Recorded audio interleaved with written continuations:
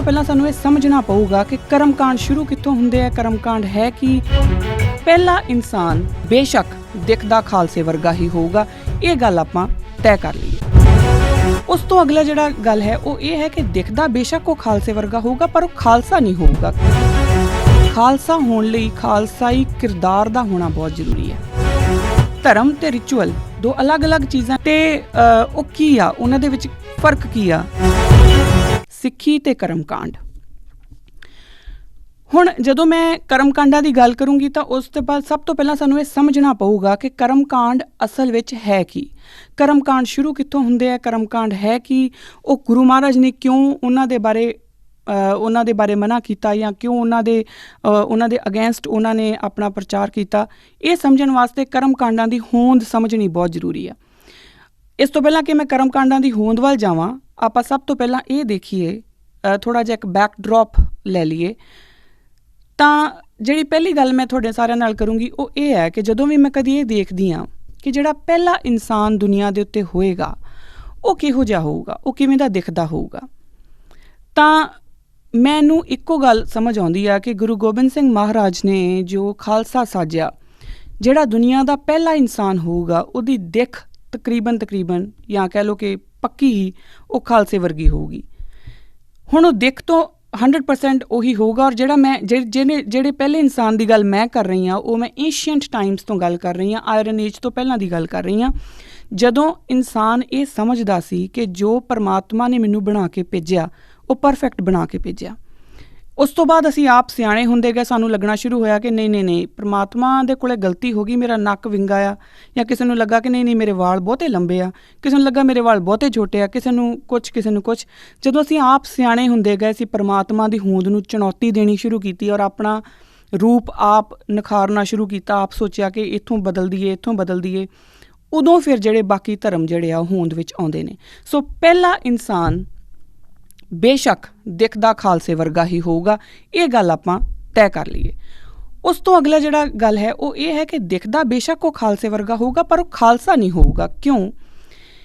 ਕਿਉਂਕਿ ਖਾਲਸਾ ਹੋਣਾ ਸਿਰਫ ਦਿੱਖ ਦੇ ਉੱਤੇ ਮੈਟਰ ਨਹੀਂ ਕਰਦਾ। ਬੇਸ਼ੱਕ ਦਿੱਖ ਬਹੁਤ ਜ਼ਰੂਰੀ ਆ। ਬੇਸ਼ੱਕ ਤੁਹਾਡਾ ਜਦੋਂ ਤੁਸੀਂ ਕਹਿੰਦੇ ਹੋ ਕਿ ਅਸੀਂ ਹੁਕਮ ਦੇ ਵਿੱਚ ਰਹਿੰਦੇ ਹਾਂ, ਅਤੇ ਸਭ ਤੋਂ ਪਹਿਲੀ ਹੁਕਮ ਦੀ ਗੱਲ ਜਿਹੜੀ ਆਉਂਦੀ ਆ ਉਹ ਤੁਹਾਡੇ ਕਿਰਦਾਰ ਦੇ ਉੱਤੇ ਆਉਂਦੀ ਆ ਕਿ ਤੁਸੀਂ ਅਗਰ ਤੁਸੀਂ ਇੰਨੀ ਬੇਸਿਕ ਚੀਜ਼ ਨਹੀਂ ਪਰਮਾਤਮਾ ਦੀ ਮੰਨ ਸਕਦੇ ਕਿ ਜੋ ਪਰਮਾਤਮਾ ਨੇ ਮੈਨੂੰ ਜਿਸ ਤਰ੍ਹਾਂ ਦਾ ਬਣਾ ਕੇ ਭੇਜਿਆ ਉਹ ਬਿਲਕੁਲ ਸਹੀ ਹੈ, ਤਾਂ ਫਿਰ ਆਪਾਂ ਹੋਰ ਕੋਈ ਹੁਕਮ ਨਹੀਂ ਮੰਨ ਸਕਦੇ।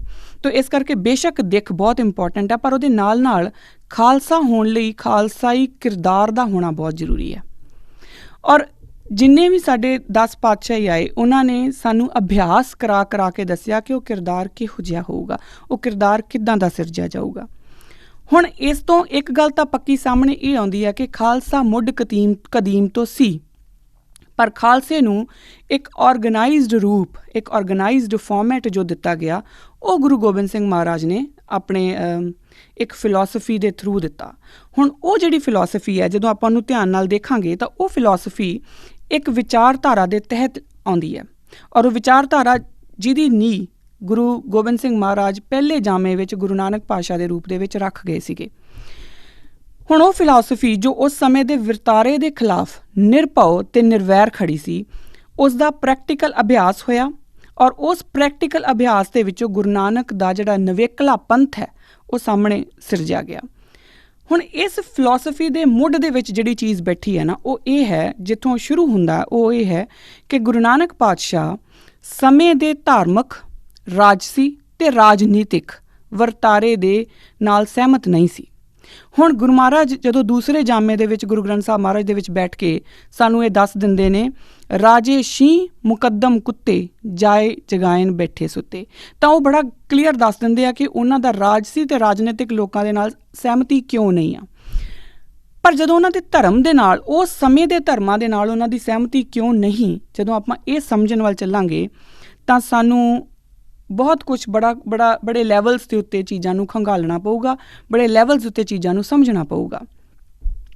ਹੁਣ ਇਹਨਾਂ ਦੇ ਵਿੱਚ ਜਿਹੜੀ ਪਹਿਲੀ ਚੀਜ਼ ਹੈਗੀ ਆ, ਜੋ ਮੈਨੂੰ ਗੁਰੂ ਨਾਨਕ ਮਹਾਰਾਜ ਦੇ ਚਰਨਾਂ ਦੇ ਵਿੱਚ ਬੈਠ ਕੇ ਜੋ ਸਮਝ ਆਈ, ਜੋ ਪਤਾ ਲੱਗਾ, ਉਹ ਇਹ ਪਤਾ ਲੱਗਾ ਜਾਂ ਜੋ ਮੈਂ ਸਮਝ ਸਕੀ, ਜਿੰਨੀ ਕੁ ਮੇਰੀ ਮੱਤ ਹੈ ਉਸ ਹਿਸਾਬ ਨਾਲ, ਕਿ ਉਹਨਾਂ ਦਾ ਜਿਹੜੀ ਅਸਹਿਮਤੀ ਸੀ ਉਸ ਸਮੇਂ ਦੇ ਆਰਗੇਨਾਈਜ਼ਡ ਰਿਲੀਜਨਸ ਦੇ ਨਾਲ ਜਾਂ ਧਰਮ ਦੇ ਨਾਲ ਜਾਂ ਪੰਥ ਦੇ ਨਾਲ ਜੋ ਵੀ ਉਸ ਸਮੇਂ ਦੇ ਨਾਲ ਜੋ ਚੱਲ ਰਿਹਾ ਸੀ ਵਰਤਾਰਾ, ਜੋ ਉਹਨਾਂ ਦੇ ਨਾਲ ਅਸਹਿਮਤੀ ਸੀ, ਉਹ ਬੇਸਿਕਲੀ ਉਹਨਾਂ ਦੀ ਸੀਗੀ ਮਕੈਨੀਕਲ ਵਿਵਸਥਾ, ਜਿਹਨੂੰ ਆਪਾਂ ਕਰਮ ਕਾਂਡ ਕਹਿੰਦੇ ਹਾਂ, ਉਹਦੇ ਨਾਲ। ਬਹੁਤੀ ਜਗ੍ਹਾ ਦੇ ਉੱਤੇ ਇੱਕ ਕਿਤਾਬ, ਇੱਕ ਰਸਾਲਾ ਛਪਦਾ ਵਾਇਲਟ ਗ੍ਰੇ ਕਰਕੇ, ਅਤੇ ਉਹਦੇ ਵਿੱਚ ਜਦੋਂ ਹਿਸਟਰੀ ਆਫ ਰਿਚੁਅਲਸ ਲਿਖੀ ਜਾਂਦੀ ਆ ਤਾਂ ਉਹ ਇਹ ਲਿਖਦੇ ਨੇ ਕਿ ਜਿਹੜੇ ਰਿਚੁਅਲਸ ਨੇ ਉਹ ਸੰਸਕ੍ਰਿਤ ਦੇ ਵਰਡ ਦੇ ਵਿੱਚੋਂ ਨਿਕਲੇ ਆ, ਔਰ ਉਹ ਇਹ ਵੀ ਲਿਖਦੇ ਨੇ ਕਿ ਇਹ ਰਿਚੁਅਲਸ ਇਸ ਕਰਕੇ ਜ਼ਰੂਰੀ ਹੈ ਤਾਂ ਕਿ ਕਿਸੇ ਵੀ ਸੁਸਾਇਟੀ ਨੂੰ ਇੱਕ ਪ੍ਰੋਪਰ ਸ਼ੇਪ ਦਿੱਤੀ ਜਾ ਸਕੇ। ਹੁਣ ਇਸੇ ਤਰਜ਼ ਦੇ ਉੱਤੇ ਉਹ ਇੱਕ ਸ਼ੇਪ ਦੇਣ ਲਈ ਜਿਹੜੇ ਹੈ ਉਹ ਕਰਮ ਕਾਂਡ ਵੇਦਾਂ ਦੇ ਵਿੱਚ ਬਾਕਾਇਦਾ ਨਿਰਧਾਰਿਤ ਕੀਤੇ ਗਏ। ਜਦੋਂ ਗੁਰੂ ਨਾਨਕ ਪਾਤਸ਼ਾਹ ਜਨੇਊ ਪਾਉਣ ਤੋਂ ਇਨਕਾਰ ਕਰਦੇ ਨੇ, ਜਾਂ ਜਦੋਂ ਉਹ ਆਰਤੀ ਦੇ ਵਿੱਚ ਧੂਫ ਅਤੇ ਦੀਵੇ ਦੀ ਗੱਲ ਕਰਦੇ ਨੇ, ਉਹਦੇ ਅਗੇਂਸਟ ਬੋਲਦੇ ਨੇ, ਜਾਂ ਜਦੋਂ ਉਹ ਸੂਰਜ ਨੂੰ ਪਾਣੀ ਦੇਣ ਦੀ ਗੱਲ ਕਰਦੇ ਨੇ ਕਿ ਉਹ ਪਾਣੀ ਦੇ ਰਹੇ, ਉਹਨਾਂ ਦੇ ਉਹ ਸਹਿਮਤ ਨਹੀਂ, ਗੁਰੂ ਨਾਨਕ ਪਾਤਸ਼ਾਹ ਸਹਿਮਤ ਨਹੀਂ ਨੇ, ਤਾਂ ਉਹ ਹਮੇਸ਼ਾ ਹੀ ਜਿਹੜਾ ਹੈ ਉਹ ਇਹਨਾਂ ਕਰਮ ਕਾਂਡਾਂ ਦੇ ਖਿਲਾਫ ਪ੍ਰਚਾਰ ਕਰਦੇ ਨਜ਼ਰ ਆਉਂਦੇ ਨੇ। ਗੁਰੂ ਪਾਤਸ਼ਾਹ ਬੜੇ ਸਾਫ਼ ਕਹਿ ਦਿੰਦੇ ਨੇ, ਮੰਨੇ ਮੱਗ ਨਾ ਚੱਲੇ ਪੰਥ, ਮੰਨੇ ਧਰਮ ਸੇਤੀ ਸੰਬੰਧ, ਕਿ ਜੋ ਫੇਥਫੁਲ ਹੈ, ਜੋ ਪਰਮਾਤਮਾ ਨੂੰ ਮੰਨਣ ਵਾਲਾ ਹੈ, ਉਹ ਕਿਸੇ ਤਰ੍ਹਾਂ ਦੇ ਰਿਲੀਜੀਅਸ ਰਿਚੁਅਲਸ ਦੇ ਵਿੱਚ ਨਹੀਂ ਪੈਂਦਾ। ਉਹਦਾ ਜਿਹੜਾ ਸੰਬੰਧ ਆ ਉਹ ਸਿੱਧਾ ਧਰਮ ਨਾਲ ਹੁੰਦਾ। ਹੁਣ ਇੱਥੇ ਜਿਹੜੀ ਇੱਕ ਗੱਲ ਧਿਆਨ ਦੇਣ ਵਾਲੀ ਹੈ ਉਹ ਇਹ ਹੈ ਕਿ ਗੁਰੂ ਨਾਨਕ ਪਾਤਸ਼ਾਹ ਦੋ ਹਿੱਸਿਆਂ ਦੇ ਵਿੱਚ ਗੱਲ ਨੂੰ ਵੰਡ ਦਿੰਦੇ ਨੇ, ਇੱਕ ਧਰਮ ਅਤੇ ਦੂਸਰਾ ਰਿਚੁਅਲਸ। ਹੁਣ ਇੱਥੇ ਜਿਹੜਾ ਮੈਨੂੰ ਸਵਾਲ ਮੇਰੇ ਜ਼ਿਹਨ ਦੇ ਵਿੱਚ ਆਉਂਦਾ ਉਹ ਇਹ ਹੈ ਕਿ ਧਰਮ ਅਤੇ ਰਿਚੁਅਲ ਦੋ ਅਲੱਗ-ਅਲੱਗ ਚੀਜ਼ਾਂ ਗੁਰੂ ਨਾਨਕ ਪਾਤਸ਼ਾਹ ਦੇ ਅਕੋਰਡਿੰਗ, ਅਤੇ ਉਹ ਕੀ ਆ, ਉਹਨਾਂ ਦੇ ਵਿੱਚ ਫ਼ਰਕ ਕੀ ਆ, ਕਿਸ ਤਰੀਕੇ ਨਾਲ ਆਪਾਂ ਇਹਨੂੰ ਸਮਝ ਸਕਦੇ ਹਾਂ। ਤਾਂ ਸਭ ਤੋਂ ਪਹਿਲਾਂ ਸਾਨੂੰ ਦੇਖਣਾ ਪਊਗਾ ਕਿ ਰਿਚੁਅਲਸ ਦਾ ਇਤਿਹਾਸ ਕੀ ਹੈ, ਰਿਚੁਅਲ ਹੈ ਕੀ। ਰਿਚੁਅਲ ਸ਼ਬਦ ਜਿਹੜਾ ਹੈ, ਜਿਹਨੂੰ ਆਪਾਂ ਰੀਤੀ ਰਿਵਾਜ ਵੀ ਕਹਿੰਦੇ ਹਾਂ, ਉਹੀ ਬੇਸਿਕਲੀ ਤੁਹਾਡੇ ਕਰਮ ਕਾਂਡ ਬਣ ਜਾਂਦੇ ਨੇ। ਉਹ ਕਿੱਦਾਂ, ਉਹ ਆਪਾਂ ਡਿਸਕਸ ਕਰਾਂਗੇ। ਜਿਹੜਾ ਰੀਤੀ ਰਿਵਾਜ ਨੇ ਉਹ ਜਿਹੜਾ ਰਿਚੁਅਲ ਵਰਡ ਹੈ ਉਹ ਸਭ ਤੋਂ ਪਹਿਲਾਂ ਇੰਗਲਿਸ਼ ਡਿਕਸ਼ਨਰੀ ਵਿੱਚ 1600 ਦੇ ਵਿੱਚ ਦਰਜ ਹੋਇਆ, ਔਰ ਉਸ ਦਾ ਮਤਲਬ ਜਿਹੜਾ ਸੀਗਾ ਉਹ ਬਹੁਤ ਇੱਕ ਖੁੱਲ੍ਹਾ ਸੀ ਕਿ ਕਿਸੇ ਵੀ ਸੁਸਾਇਟੀ ਨੂੰ ਆਪਣੇ ਆਪ ਨੂੰ ਇੱਕ ਔਰਗਨਾਈਜ਼ਡ ਫਾਰਮ ਦੇਣ ਵਾਸਤੇ ਆਪਣੇ ਲਈ ਕੁਛ ਰੂਲਸ ਨਿਰਧਾਰਿਤ ਕਰਨੇ ਹੁੰਦੇ ਆ। ਉਹਨਾਂ ਰੂਲਸ ਨੂੰ ਹੀ ਔਰ ਕੁਛ ਉਸ ਟਾਈਮ ਦੇ ਉੱਪਰ ਕੁਛ ਕਰਨਾ ਹੁੰਦਾ, ਕੋਈ ਕੰਮ ਕਰਨੇ ਹੁੰਦੇ ਆ, ਉਹਨਾਂ ਨੂੰ ਉਹ ਇੱਕ ਨਿਰਧਾਰਿਤ ਆਪਣੇ ਆਪ ਨੂੰ ਇੱਕ ਔਰਗਨਾਈਜ਼ਡ ਫਾਰਮ ਦੇਣ ਲਈ ਕੋਈ ਵੀ ਸੁਸਾਇਟੀ ਜਿਹੜੀ ਆ ਉਹ ਰਿਚੁਅਲਸ ਨੂੰ ਪੈਦਾ ਕਰਦੀ ਆ। ਇਹ ਇੰਗਲਿਸ਼ ਡਿਕਸ਼ਨਰੀ ਦੀ ਗੱਲ ਕਰ ਰਹੀ ਹਾਂ ਮੈਂ। ਹੁਣ ਡੋਨਲਡ ਬਰਾਊਨ ਦੀ ਇੱਕ ਕਿਤਾਬ ਹੈ ਹਿਊਮਨ ਯੂਨੀਵਰਸਲਿਜ਼ਮ। ਉਹ ਇਹ ਕਹਿੰਦਾ ਹੈ ਕਿ rituals are features of all society. ਕੋਈ ਵੀ ਸੁਸਾਇਟੀ ਉਹਦੇ ਅਕੋਰਡਿੰਗ ਰਿਚੁਅਲਸ ਤੋਂ ਬਗੈਰ ਹੈ ਨਹੀਂ। ਹੁਣ ਇੱਥੇ ਫਿਰ ਗੱਲ ਇਹ ਆਉਂਦੀ ਆ ਕਿ ਜੇ ਕੋਈ ਵੀ ਸੁਸਾਇਟੀ ਰਿਚੁਅਲਸ ਦੇ ਬਗੈਰ ਨਹੀਂ ਹੈ, ਤਾਂ ਫਿਰ ਇੱਕ ਸੁਸਾਇਟੀ ਨੂੰ ਦੂਸਰੀ ਸੁਸਾਇਟੀ ਦੇ ਨਾਲ ਪ੍ਰੋਬਲਮ ਕੀ ਹੋ ਜਾਂਦੀ ਆ। ਆਪਾਂ ਗੁਰੂ ਨਾਨਕ ਪਾਤਸ਼ਾਹ ਦੇ ਪੁਆਇੰਟ ਆਫ ਵਿਊ ਤੋਂ ਸਮਝਾਂਗੇ, ਪਰ ਪਹਿਲਾਂ ਆਪਾਂ ਜਨਰਲੀ ਸਮਝਣ ਦੀ ਕੋਸ਼ਿਸ਼ ਕਰੀਏ। ਤਾਂ ਇੱਕ ਹੋਰ ਕਿਤਾਬ ਹੈ ਆਰਕੀਓਲੋਜੀ ਆਫ ਰਿਚੁਅਲਸ। ਉਹਦੇ ਵਿੱਚ ਐਵੈਂਜਲਸ ਕੈਰੀਕਿਡੀਜ਼ ਕਰਕੇ ਰਾਈਟਰ ਹੈ, ਉਹ ਕੀ ਬੋਲਦੇ ਆ, ਉਹ ਕਹਿੰਦੇ ਆ ਕਿ ਦੋ ਹਿੱਸੇ ਹੁੰਦੇ ਆ ਸੁਸਾਇਟੀ ਦੇ। ਇੱਕ ਹੁੰਦਾ ਆ ਐਮਿਕ ਅਤੇ ਇੱਕ ਹੁੰਦਾ ਐਟਿਕ। ਐਮਿਕ ਹਿੱਸਾ ਜਿਹੜਾ ਹੁੰਦਾ ਉਹ ਇਨਸਾਈਡਰ ਆਫ ਦੀ ਸੁਸਾਇਟੀ ਹੁੰਦਾ, ਐਟਿਕ ਹਿੱਸਾ ਆਊਟਸਾਈਡਰ ਆਫ ਦੀ ਸੁਸਾਇਟੀ ਹੁੰਦਾ।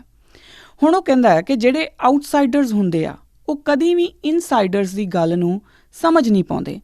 ਇਨਸਾਈਡਰਸ ਨੇ ਕਿਉਂਕਿ ਆਪਣੀ ਸੁਸਾਇਟੀ ਦੇ ਹਿਸਾਬ ਨਾਲ ਆਪਣੇ ਰਿਚੁਅਲਸ ਬਣਾਏ ਹੁੰਦੇ ਆ। ਉਹਨਾਂ ਨੂੰ ਇਹ ਲੱਗਦਾ ਹੈ ਕਿ ਇਹ ਜਿਹੜਾ ਆਊਟਸਾਈਡਰ ਆ ਉਹਨੂੰ ਕਿਉਂਕਿ ਉਹ ਸੁਸਾਇਟੀ ਬਾਰੇ ਕੁਛ ਪਤਾ ਨਹੀਂ, ਇਸ ਕਰਕੇ ਉਹਨੂੰ ਸਾਰਾ ਕੁਛ ਇਲੌਜੀਕਲ ਲੱਗਦਾ ਆ। ਸੋ ਦਿਸ ਇਜ਼ ਹਾਊ ਦੀ ਕੌਨਫਲਿਕਟ ਡਿਵੈਲਪਸ।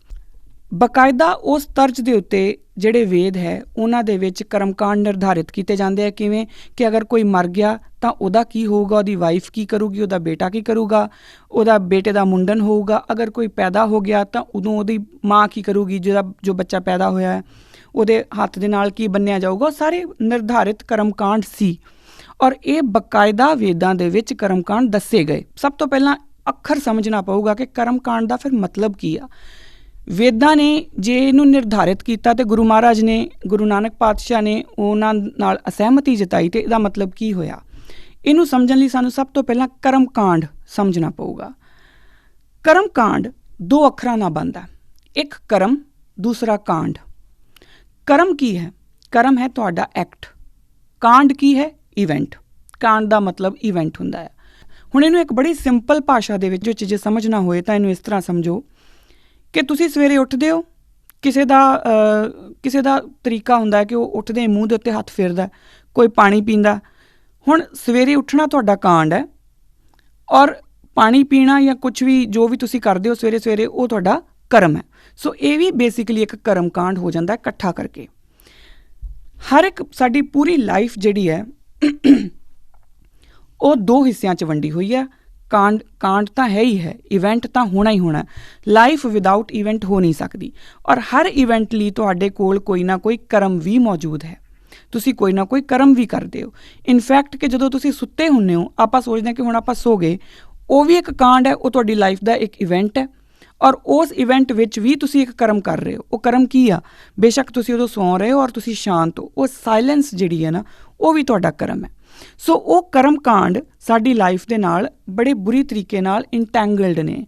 ਅਸੀਂ ਕਦੀ ਵੀ ਜੋ ਅਗਰ ਸਿਰਫ ਆਪਾਂ ਲਿਟਰਲ ਮੀਨਿੰਗ ਵੱਲ ਜਾਈਏ ਕਿ ਕਰਮ ਕੀ ਹੈ ਅਤੇ ਕਾਂਡ ਕੀ ਹੈ, ਇਹਦੇ ਲਿਟਰਲ ਮੀਨਿੰਗ ਵੱਲ ਅਗਰ ਆਪਾਂ ਜਾਈਏ ਤਾਂ ਕਰਮ ਕਾਂਡ ਦੋਨੋਂ ਇਕੱਠੇ ਕਰਕੇ ਦੇਖੇ ਜਾਣ, ਪੂਰੀ ਲਾਈਫ ਕਰਮ ਕਾਂਡਾਂ ਦੇ ਵਿੱਚ ਬੰਨੀ ਹੋਈ ਹੈ। ਹੁਣ ਸਵਾਲ ਇਹ ਪੈਦਾ ਹੁੰਦਾ